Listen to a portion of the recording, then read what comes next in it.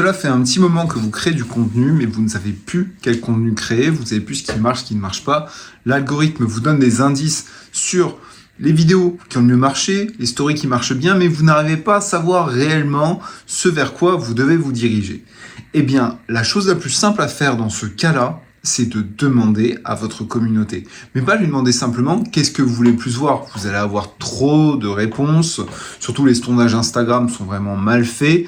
Donc le mieux à faire, c'est de professionnaliser un petit peu ça et de faire un Google Form, demandant à votre communauté quel contenu ils préfèrent, en leur donnant un maximum d'informations, et aussi bien des informations visuelles, vous allez le voir. Eh bien, ça, c'est ce que j'ai fait. Je l'ai fait parce qu'on arrive à un point où ça fait 3 ans que je crée du contenu, j'ai testé plein de formats différents et je voulais vraiment savoir qu'est-ce que ma commu apprécie plus. Parce que je peux pas forcément me fier aux likes parce qu'il y a des vidéos qui marchent très bien, d'autres un peu moins bien. Je voulais savoir qu'est-ce qu'ils attendent réellement de moi et qui sont-ils réellement. Le but aussi, c'est pas de faire un questionnaire de 120 pages MBTI ou de QI. Le but, c'est de faire quelque chose de simple. Le questionnaire prenait 30 secondes à remplir. On va le voir ensemble dans quelques instants. Mais ce qui est hyper intéressant, c'est que j'ai eu plus de 500 réponses en moins de 24 heures. Et avec déjà 500 réponses sur plus de 110 000 personnes qui me suivent sur Instagram, ça me donne une bonne indication de ce que les gens attendent. Ou moins une bonne représentation aussi des autres personnes qui me suivent sur d'autres réseaux. Donc on va voir le questionnaire et on va voir les réponses à ce questionnaire et ce que je vais faire par rapport à ça. On se retrouve donc pour les réponses au questionnaire. On va d'abord voir les questions. Donc voici le formulaire que j'ai proposé à ma communauté. Je ne voulais pas beaucoup de questions. Il y en a 6 au total, donc un peu moins de 5 minutes pour remplir, avec un seul choix à chaque fois. Et vous allez voir que le fait d'avoir restreint à un seul choix, c'est super utile dans ce genre de cas, parce que ça vous permet d'avoir des réponses bien plus affûtées et bien plus précises. Alors, formulaire pour mes petits headbangers, merci d'avoir cliqué et de prendre 5 minutes pour répondre à ce court questionnaire. Cela m'aidera beaucoup pour la suite de 2026. Les résultats seront analysés sur la chaîne que vous êtes en train de voir. Merci de participer, en tout cas de regarder cette vidéo. Alors, quel âge avez-vous ? Ça m'a permis de segmenter un petit peu ma communauté. Notamment de voir qui sont les plus actifs, parce que j'ai des stats via Metricool. Je vous mettrai un lien en bio si vous êtes intéressé par Metricool. C'est un cross-poster, vraiment ça peut vous sauver la vie si vous êtes un jeune créateur de contenu et vous cherchez à programmer vos contenus sur plusieurs semaines, plusieurs mois. C'est pas sponsorisé, mais vraiment allez checker parce que ça sauve un max de temps. Bref, petite parenthèse Metricool. Donc j'ai des données via Metricool, via mon tableau de bord Instagram, mais au moins là ça m'a permis de savoir qui étaient les plus actifs sur ma page et qui étaient les plus réactifs en story. Donc sans grande surprise, on est sur du 25-34 et ensuite du 35-45, ça ne m'étonne pas, c'est les statistiques. Pas de surprise à ce niveau-là. Là, j'ai déjà eu première surprise.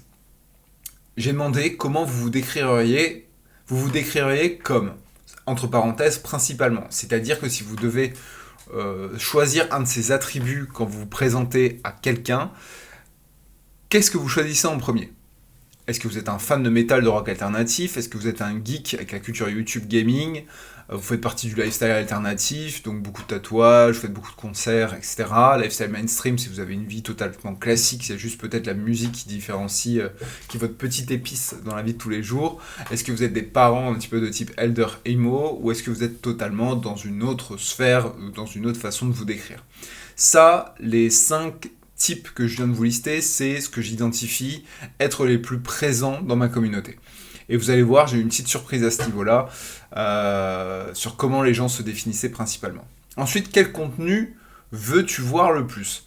Alors, je vous vois et ensuite je tutoie. Il y avait, première proposition, vidéo courte, parlant de métal, mise en scène d'une musique. Donc ça, c'est un format court. En gros, vous avez une musique en fond, vous avez un petit titre qui donne un contexte, et il y a moi qui fais de l'acting. Généralement, ça ne dure pas plus de 6 à 12 secondes, le but c'est vraiment de mettre en scène une situation plutôt humoristique ou des sentiments, des émotions et d'y attribuer la musique qui va bien. Ça peut être une découverte, ça peut être une ancienne musique, ça peut être une trend, bref, vous voyez. Vidéo courte d'humour absurde, ça c'est pareil, on est sur du 6 à 15 secondes, on est vraiment sur quelque chose de drôle principalement où la musique n'est pas forcément le plus mise en avant. Vidéo longue humour, ça c'est souvent je fais des impros, c'est-à-dire je vais vous parler de World of Warcraft, je vais vous parler des plantes, je vais vous parler de plein de choses. La vidéo dure entre 1 minute à 2 minutes, je vous parle d'un sujet quand même qui est en dehors de ma niche, mais j'y ajoute des petites touches d'humour à gauche à droite. Voilà, globalement. Toutes ces vidéos-là sont les récentes vidéos que j'ai sorties sur ma page. Si vous voulez une bonne idée de ce que c'est, vous pouvez aller visiter ma page Instagram. Vous avez tout, toutes les vidéos là sont dans les premières qui ont été publiées, sauf la prochaine. Vidéo longue, mini-docu, musique 90-2000. Alors, les vidéos longues mini-docu, musique 90-2000, ça a été ma création de contenu en septembre-octobre 2025. C'est des contenus que j'ai beaucoup appréciés, mais qui demandaient beaucoup de travail. Ça demandait en moyenne, allez, pour la plus courte, c'était entre 2 heures et parfois 4 heures pour une vidéo. En fait, c'était le temps de compiler les différents, les clips, les musiques, les interviews, les passages en interview, etc. pour que ce soit un maximum visuel. C'est un format qui changeait beaucoup en termes d'engagement selon le contenu, mais j'ai bien noté que dès que ça parlait de métal années 2090, là ça performait très très bien, ça performe encore aujourd'hui. Ces vidéos ont quasiment tous eu plus de 5000 likes, donc c'est énorme et il a continué de performer, sauf peut-être certaines comme une vidéo sur Sonic the Hedgehog, une vidéo sur l'automne, qui sont au final des hors-sujets, et vous savez bien ma position sur les hors-sujets, il vaut mieux éviter au maximum et vous nicher au maximum. Mais du coup, c'est des vidéos que j'en ai pas sorti énormément, mais je voulais voir aussi l'impact qu'elles avaient eu sur les gens en termes de souvenirs. Vidéo courte de suite, là c'est de la musique généralement rock metal, où je présente une tenue, où en gros c'est un peu du female gaze, si on peut dire, ou du male gaze, c'est du mode gaze, tout est gaze. Donc pas gaze G-A-Y-Z, hein, c'est G-A-Z-E qui est entre guillemets une vibe globalement. Je me doutais que ça n'allait pas faire beaucoup, mais je sais qu'il y a une partie de ma communauté qui aime bien, notamment le public féminin, parce qu'ils aiment bien voir un mec s'habiller correctement, je suppose. Mais bref. Et enfin, la dernière, c'est vidéo longue dans mon salon. Vous savez que je suis un grand avocat des vidéos type FaceTime, où tu poses ton portable, tu parles, et puis sur un sujet pendant 1 minute, et puis tu postes, tu essayes juste de soigner ton intro, comment tu développes ton sujet. Et puis voilà, emballer c'est peser, c'est ce que je fais depuis, ce que j'ai repris depuis à peu près 1 mois, avec des fois des bons résultats, des fois des résultats moins bons en termes d'engagement, mais voilà. Vous avez une petite idée un petit peu de ce type de contenu. Et la question juste après, c'est quel contenu veux-tu voir? Veux-tu voir? Voulez-vous voir? Non mais on n'a pas élevé les cochons ensemble, monsieur L. Donc, voulez-vous voir moi? Tac. Hop là. Donc, j'ai refait la même sélection en demandant qu'est-ce qu'ils voulaient voir moi. En gros, c'était pour leur demander pas ce qu'ils détestent, mais ce qu'ils apprécient le moins et ce qui va le moins retenir leur attention lorsqu'ils passent sur ma page ou lorsqu'ils tombent là-dessus sur mon feed. Ensuite, c'était qu'est-ce que ça t'apporte concrètement? Hop, on va enlever. Tac. Qu'est-ce que ça vous apporte concrètement? Donc ça, je voulais savoir quel est le sentiment qui ressort de mon contenu. Est-ce que c'est se sentir compris, faire partie d'une communauté, me sentir moins seul dans la trentaine, revivre mon adolescence, découvrir ou redécouvrir de la musique, décompresser, réfléchir à la vie ou autre? Et ça, cette question-là, hyper intéressante, on va la voir après. Et enfin, une dernière question, c'est un petit peu de voir qu'est-ce qui tracasse le plus ma communauté en dehors de mes vidéos. Est-ce que c'est être motivé à avoir la discipline, les relations humaines, le sens de la vie à plus de 30 ans, la confiance en soi, l'organisation, le travail, ou couper les réseaux sociaux? Pour moi, ça c'est des domaines sur lesquels j'ai un vécu, j'ai une expérience, je me suis renseigné, et auquel je peux donner des petits... de temps en temps des petits bits comme ça de données de valeur. Donc c'est pour savoir est-ce que sur une des choses listées, je peux faire du contenu. Ce questionnaire, du coup, je l'ai mis, comme je vous l'ai dit, uniquement en choix unique. Il ne pouvait choisir qu'une seule chose. Et beaucoup m'ont dit « Ah, on aurait pu choisir plusieurs choses, il y a plusieurs choses que j'aime. » Mais c'est pas le but. Alors, si vous faites un jour un questionnaire pour votre communauté ou même pour le travail, ça c'est une astuce professionnelle que j'ai. Il y a des questions que vous pouvez les laisser hyper ouvertes parce que ça va être genre des suggestions pour de l'amélioration, des suggestions d'idées, vraiment pour laisser ou même un retour, que les gens puissent faire un retour global sur la page. Ça c'est bien. Mais si vous voulez avoir des données précises vis-à-vis de votre contenu, il va falloir être précis. Là en fait, en laissant un choix unique, c'est pas juste bloquer ma communauté et leur dire qu'est-ce que tu préfères, qu'est-ce que t'aimes moins. C'est leur dire c'est quoi leur top 1 sur mon contenu Et sur cette même logique de top, c'est quoi leur top 10? C'est-à-dire la 10e position. Ce qui leur gênerait le moins de voir disparaître. Je sais pas si cette phrase est très français, mais au moins vous voyez ce que je veux dire. Et on va passer du coup aux résultats de ce questionnaire. Donc j'ai eu 515 réponses, qui est assez bon pour faire déjà un échantillonnage de ce que ma communauté pense sur mon contenu. Sachant que moi, mon minimum, ça aurait été, oui, 200. 100, c'est déjà un très bon échantillon, hein, parce que bon, même si je sais, il y a 112 000 personnes qui me suivent, mais sur mes stories, on est généralement autour de 5 000 à 10 000 à les regarder. Donc déjà, si je peux avoir 100 réponses, c'est très bien. Donc 516, c'est plus qu'il ne m'en faut. Donc c'est super. Donc quel âge avez-vous? Alors 47% ont répondu 25-34 et ensuite on passe au 35-45 qui est sur 28% et ensuite on est sur le 18-24. Il y a des moins de 18 ans, très petite partie de moins de 18 ans et de plus de 46. Mais donc globalement, 25-34 c'est mon créneau, ceux à qui je parle, et 35-45 c'est globalement mon âge, ma tranche aujourd'hui et ma tranche en fin d'année. Super. Vous vous décririez comment? Vous décririez comme, entre parenthèses, principalement. Alors là, ça m'a mis déjà une grosse première surprise, c'est que j'ai eu 70% de fans de métal et de rock alternatif. Bon, c'est pas étonnant, mon contenu est quand même, tourne beaucoup autour du métal et de la musique, mais je pensais clairement que le côté geek, culture, YouTube, gaming allait prendre une beaucoup plus grande partie, ainsi que tout ce qui est lifestyle alternatif, etc. Donc au final, ce que ça m'apprend, c'est que ma communauté qui est là, enfin, que j'ai acquis et que je garde encore actuellement, c'est une communauté vraiment qui se définit comme des metalheads et des fans de musique avant tout. Et ça, c'est une forte indication, parce que qu'est-ce qu'un fan de musique vient chercher sur les réseaux sociaux?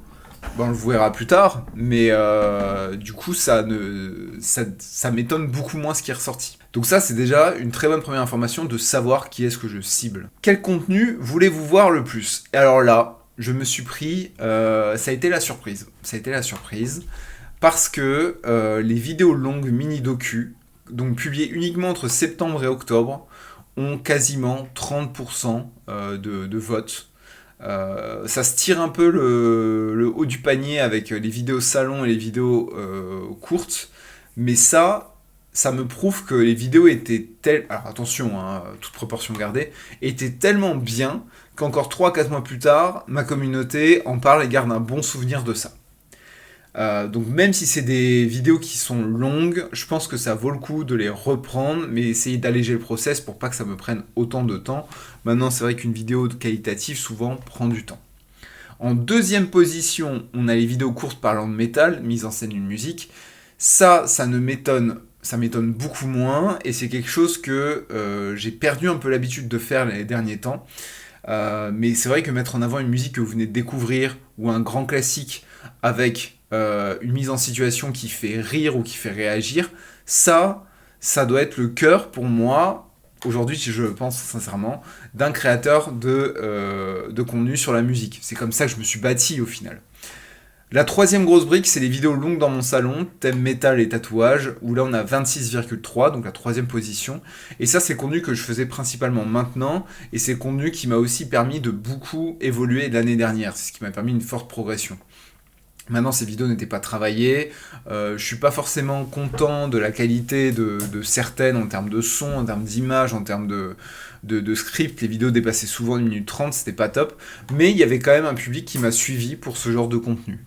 Donc, on verra après comment est-ce que je peux balancer maintenant tout ça. Bon, on voit après les vidéos courtes absurdes, ça c'est pas mal, mais on tombe direct à 11%, et les vidéos longues d'humour à 4,4%. Donc, j'avais déjà repéré que les vidéos un peu longues, un peu improvisées, marchaient beaucoup moins, ainsi que les sketchs. Les sketchs ne marchent pas du tout sur ma page. Et c'est là où il faut que vous ayez vraiment savoir faire une introspection sur votre contenu, c'est-à-dire que peut y avoir un contenu qui marche très bien actuellement sur Instagram, TikTok, etc. Mais est-ce que c'est le contenu qu'apprécie votre communauté? Parce que vraiment, le facteur principal, vous pouvez être créatif pour avoir plein d'idées, pour avoir de la ressource, pour faire plein de formats. Les gens veulent la même soupe tous les jours avec des goûts différents. Les goûts de la soupe doivent être différents, mais ça doit être de la soupe. Dans la même assiette, dans le même truc, etc. Et au final, c'est vrai. Imaginez que vous tombez sur une boutique que vous adorez dans la ville, pas loin de chez vous. La boutique, je ne sais pas moi, elle vend des horloges, par exemple. Et vous êtes un grand fan d'horloges. C'est super. Mais si vous arrivez la semaine d'après et d'un coup, à la place du rayon horloge, il y a un rayon montre. Puis à la place d'encore un autre bout du rayon horloge, vous allez trouver, je sais pas moi, un rayon boîte à bijoux pour mettre les montres, etc. Ben, vous allez vous dire, ok, il se diversifie, c'est bien pour lui, mais moi, ce qui m'intéresse, c'est les horloges. Donc, vous allez être moins engagé avec sa boutique, vous allez moins y aller parce qu'il y a moins ce que vous cherchez. Je peux voir certains créateurs anglais qui commencent à dire, oui, pas besoin de niche en 2025, 2026. Non, si, il faut une niche. Il faut une niche, il faut identifier ce dans quoi vous voulez vous spécialiser. Et si vous avez envie de parler sur un autre sujet, faites un autre compte. Vraiment, c'est le meilleur truc que je peux vous donner. Ou alors, il faut vraiment que vos deux sujets soient voisins. Ça, c'est hyper important. Bon, bref. Je ne vais pas m'embarquer là-dessus, ça pourra faire l'objet de notre vidéo. Si vous avez de toute façon des questions, je vous invite à les mettre en commentaire. On est très peu sur cette chaîne, donc vraiment, je vois tous les commentaires. Et si vous avez des questions, je pourrais y répondre en vidéo.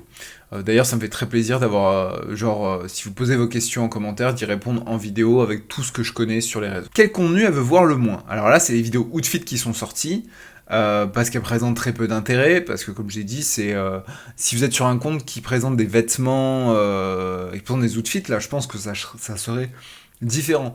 Mais mon public ne m'attend pas là-dessus. Il ne m'attend pas sur des conseils outfits. Donc je sais que ça, je peux éviter ce genre de vidéos. Bon, après, c'était pas les vidéos qui me prenaient le plus de temps, donc voilà. Les vidéos longues humour, par contre, me prenaient une certaine énergie et je vais écrire un script, je vais faire des plans, je vais faire plein de choses. Donc ça va m'enlever aussi une épine du pied de les faire un peu moins. Ça veut pas dire que ça disparaît complètement, il faut quand même se laisser une certaine liberté si vous souhaitez faire tel ou tel contenu. Mais il faut vous rappeler que vous n'êtes pas... Enfin, vous êtes quelqu'un en dehors des réseaux sociaux, mais dans les réseaux sociaux, vous êtes au service de vos followers. Ça ne veut pas dire que vous devez vous laisser marcher dessus, mais ça veut dire que c'est vos followers qui vont vous emporter loin, et c'est vos followers qui vont vous soutenir, et si vous perdez votre engagement avec vos followers, là, ça va être le début de la chute. Vraiment. Qu'est-ce que ça vous apporte concrètement? Et là,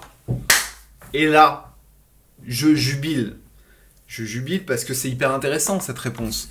À 46%, découvrir ou redécouvrir de la musique, ça ne m'étonne pas, c'est ce que je vous disais avant, au final un compte musique, on cherche à en découvrir plus, donc ça ne m'étonne pas, et ça permet d'avoir vraiment de répondre en fait aux besoins. Les docus vous font redécouvrir de la musique sous un autre angle, et découvrir c'est par les formats courts, donc je réponds à 50% des besoins de ma communauté en termes de musique, en termes de découverte de musique, en reprenant les deux contenus cités plus haut. Donc vraiment, j'ai vraiment bien fait de faire ce questionnaire. Et le second choix, décompresser. Décompresser. Parce que dans la sphère musique, on a tendance à dire que oui, t'as pas dit ci, t'as pas dit ça, non, tu t'y connais pas assez, etc. 27% des gens suivent un contenu lié à la musique pour décompresser.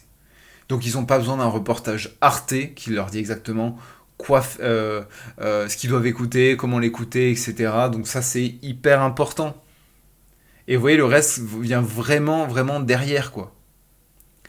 Me sentir moins seul, etc. Donc je dois juste me concentrer sur décompresser les gens et leur faire découvrir, redécouvrir de la musique. Parfait. Et ton plus gros défi en ce moment, alors ça on l'apprend par ma communauté, je l'apprends du coup, vu que là c'est une question un petit peu hors sujet, mais qui me permet d'en savoir un peu plus.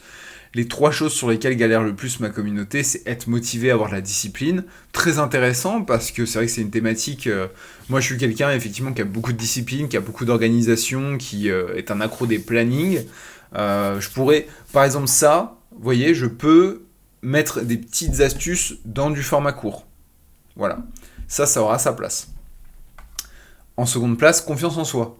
Ça ne m'étonne pas, on vit dans une ère d'incertitude, donc tout ce qui est santé mentale, confiance en soi, c'est important. Je pense que confiance en soi, c'était aussi santé mentale. Tout ça, c'est un peu lié à la santé mentale. Puis, les relations humaines et le sens de la vie à 30 ans. Hyper intéressant, mais en tout cas, je reste sur les 2 premiers. C'était vraiment hyper intéressant de faire cette mini-étude. Et si vous avez participé à cette étude, j'espère que les résultats vous auront appris des choses sur les gens qui me suivent aussi, les gens qui vous entourent virtuellement, j'ai envie de dire. Mais ça me permet, moi en tout cas, d'avoir une réelle vision sur comment est-ce que j'ai envie d'agencer mon contenu par la suite. Donc vraiment, quand vous êtes dans une période d'eau trouble, ce qu'il y a de mieux à demander, c'est pas votre famille, vos amis, des conseillers, etc. C'est votre communauté, qu'est-ce qu'ils ont envie de voir, qu'est-ce qui les fait vibrer dans votre contenu. Allez, c'est parti pour la conclusion. Donc maintenant, la question que vous pouvez vous poser, c'est qu'est-ce que tu vas faire avec toutes ces informations? J'ai, grâce à ce questionnaire, une bonne vue sur ce que mes followers attendent de moi, sur ce qu'ils apprécient plus en contenu. Donc maintenant, je n'ai qu'à choisir 2 à 3 piliers. Je vais reprendre les mini-documentaires en essayant d'alléger au maximum mon workflow pour pas que ça me prenne 4 heures comme ce que je faisais auparavant. Continuer les contenus courts qui permettent de présenter de la nouvelle musique ou de redécouvrir d'anciennes musiques et garder les vidéos salon pour de l'exceptionnel ou des sujets peut-être un petit peu plus légers. Mais au moins, j'ai mes 3 piliers et ça me permet de savoir comment est-ce que je vais organiser mon planning. Pourquoi est-ce que je saigne du front? Mon planning dans les prochains mois. Et une bonne organisation, un bon planning et savoir exactement quoi faire parce que vous avez optimisé ce que vous proposez à vos clients, parce que vos followers sont littéralement des clients, eh bien ça vous enlève une charge de travail parce que vous enlevez tout le reste qui pouvait vous prendre potentiellement du temps, tous les doutes qui pouvaient vous bouffer de la charge mentale. Maintenant votre chemin est bien plus clair. La leçon à retenir, c'est que parfois quand vous êtes dans le doute, ce qu'il faut faire, c'est demander simplement à votre communauté. Et vous verrez, votre communauté sera très investie pour vous répondre. Maintenant, si vous avez un compte à moins de 5000 abonnés, il se peut que ce soit encore un échantillon un peu trop faible, mais ça va surtout concerner les gens qui ont tenté beaucoup de formats, qui ont tenté beaucoup de choses, de vraiment se recentrer sur un ou plusieurs formats. Mieux vaut être bon sur 1 à 3 formats que bof sur 10 formats différents et se prendre trop la tête sur le reste. J'espère que cette vidéo vous aura plu. N'hésitez pas à vous abonner parce que je compte être très actif sur cette chaîne pour vous transmettre un maximum de connaissances. Si vous voulez vraiment gagner du temps sur votre création de contenu, n'hésitez pas à rejoindre le School que je mets ici. C'est une plateforme, littéralement, c'est du coaching rapproché. Vous avez un lien dans la bio qui vous mène à une page où je récapitule tous les avantages à rejoindre ce School. Moi, je suis hyper investi pour les personnes qui sont sur ce School. Je veux qu'elles réussissent, je veux qu'elles performent. Et si elles viennent que 1 mois, 2 mois, 3 mois, c'est pas grave. Tant que vous êtes content avec le résultat et que vous avez appris quelque chose, ma mission, elle est